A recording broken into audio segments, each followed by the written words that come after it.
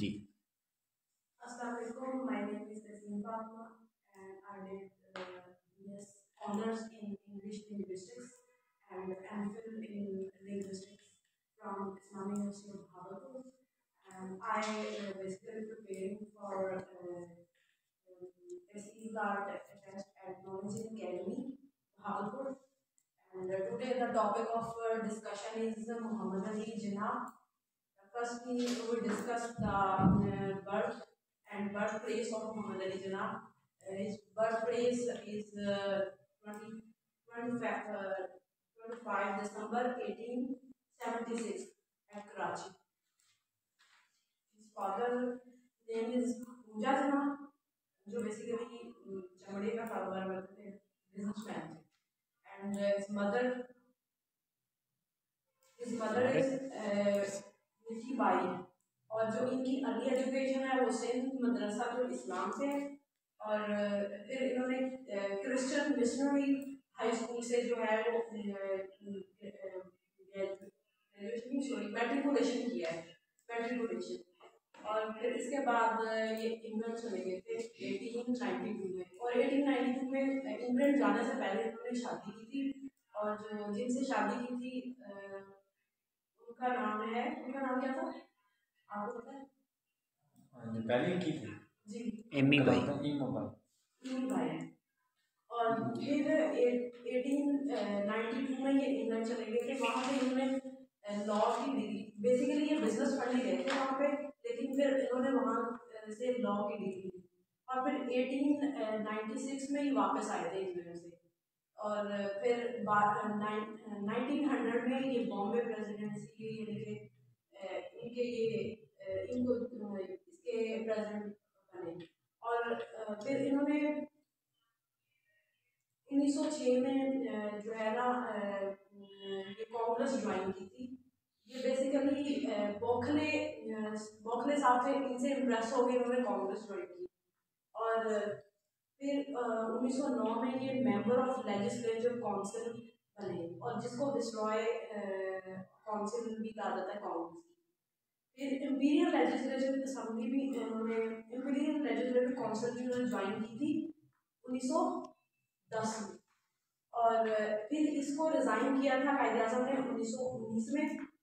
और इसके बाद 1913 में इन्होंने मुस्लिम लीग ज्वाइन की बॉम्बे के मुकाम पे. इसके अलावा इनको जो टाइटल मिला था, इन्होंने दूसरी जो पहली दो पॉलिटिकल पार्टी ज्वाइन की थी ना, इंडियन नेशनल कांग्रेस 1906 से 1920 तक, और मुस्लिम ऑल इंडिया मुस्लिम लीग ये 1913 से 1947 तक. ठीक है. इसके अलावा इनकी जो पाकिस्तान बनने के बाद जो इनकी पार्टी थी, फिर उनका इसका नाम था, पॉलिटिकल पार्टी का नाम था मुस्लिम लीग. और 1947 से 1948 तक ये रहे थे.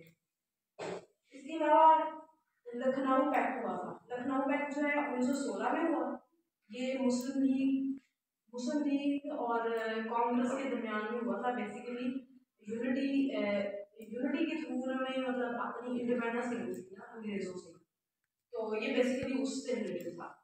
और इसी बिना पर फिर इनको टाइटल दिया गया था एक the ambassador of Hindu Muslim unity.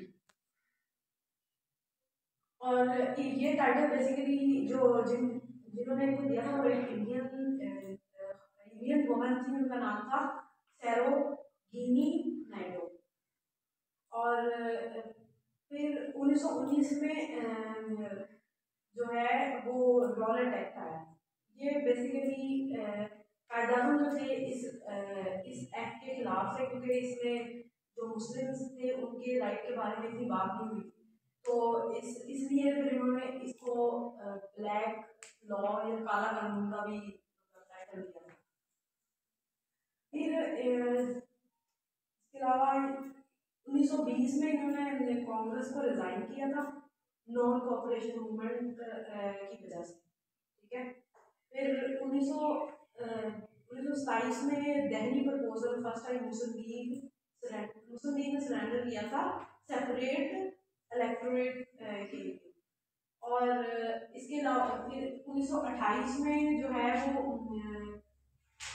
Nehru report आई थी, जो नेहरू ने दी थी। ये बेसिकली इसमें हिंदुओं के बारे में सारे पॉइंट या उनकी इंडिपेंडेंस या उनके राइट के बारे में बात की थी, मुस्लिम के बारे में इतना डिस्कशन नहीं हुई थी।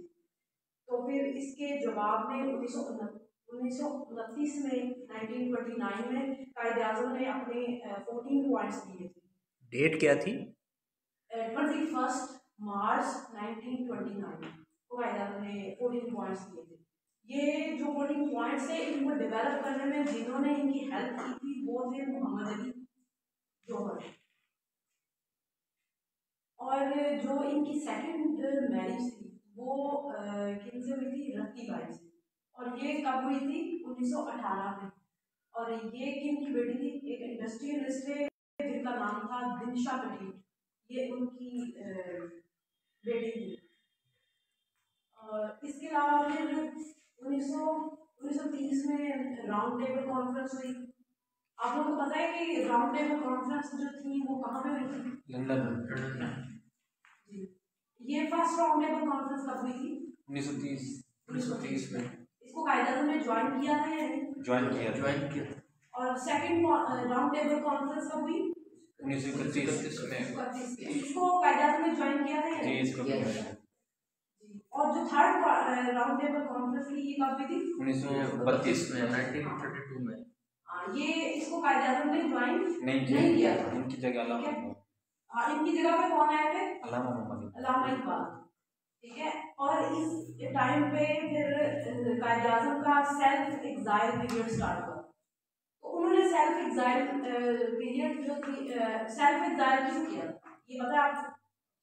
सेल्फ एग्जाइल पीरियड इसलिए हुआ था कि उनको उनकी जो बात है मुस्लिम्स वो नहीं मान रहे थे, जो जैसे वो कहते थे मतलब वैसे नहीं कर रहे थे। तो ना ही राउंड टेबल कॉन्फ्रेंस करने का कोई मतलब नतीजा निकलता था, जैसे कि सेपरेट स्टेट बनाने के लिए जो उनकी स्ट्रगल थी उस बात पे नहीं आ रहे थे, सब एग्री नहीं हो रहे थे। इसलिए फिर उन्होंने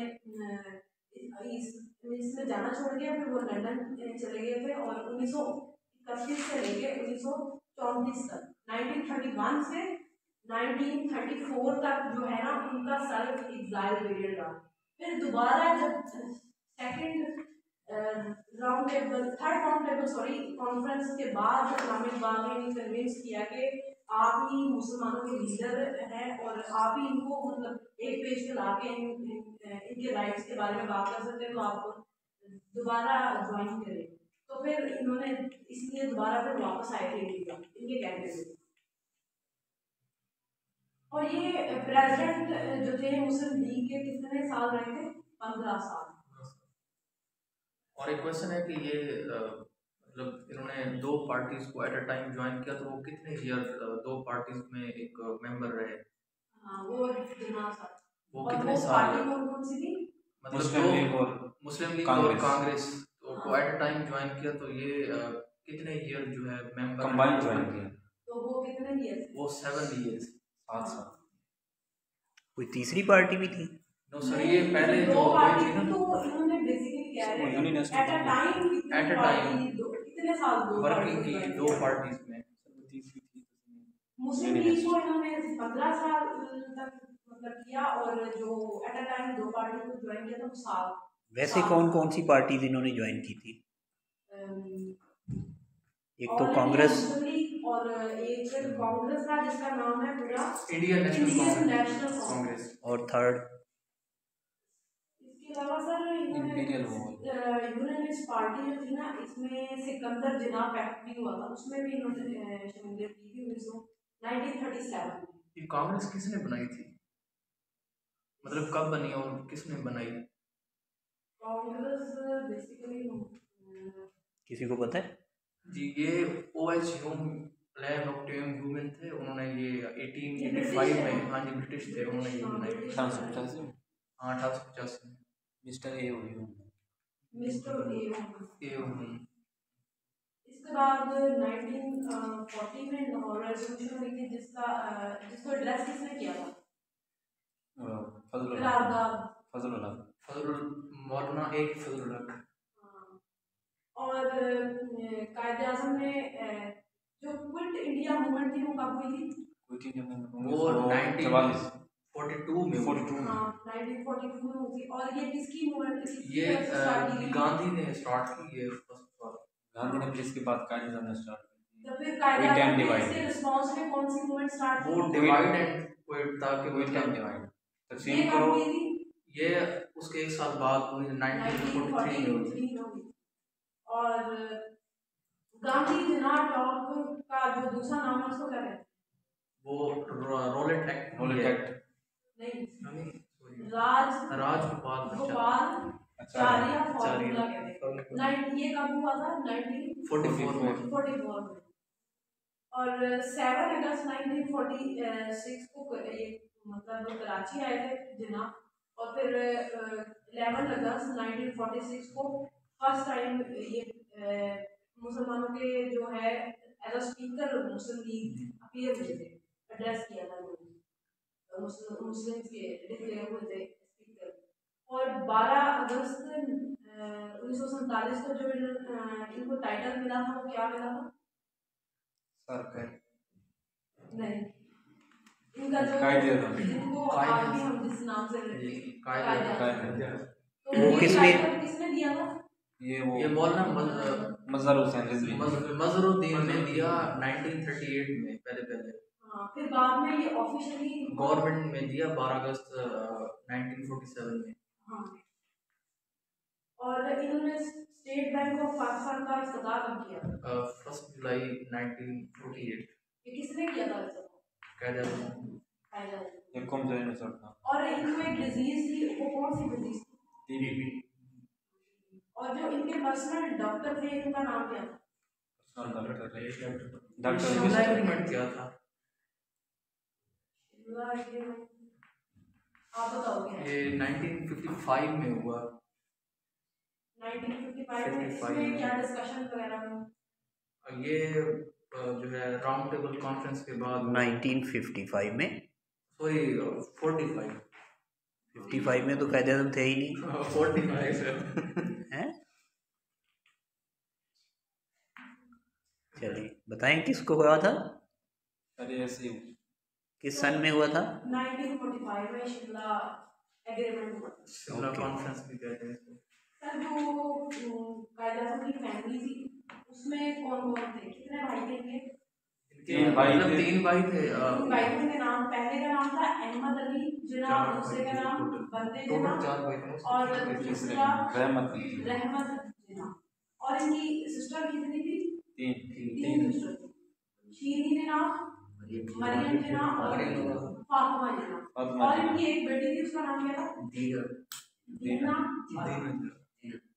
और जो फातिमा जिना थी उन्होंने प्रेसिडेंशियल इलेक्शन में कब हिस्सा लिया? 1972 नहीं, 1965 1965। किसके अगेंस्ट? किसके अगेंस्ट था? बंगलादेश। अयूब खान। अच्छा, जनरल ये अयूब खान। इस कायदे आज़म के दौर में ये कोई जनरल इलेक्शन हुए, वो किस स्टेट में हुए? जनरल इलेक्शन हुए सब कॉन्टिनेंट में, जब ये प्रोविंस को सेपरेट किया गया तो ये था जनरल इलेक्शन। 1946 में हुए थे।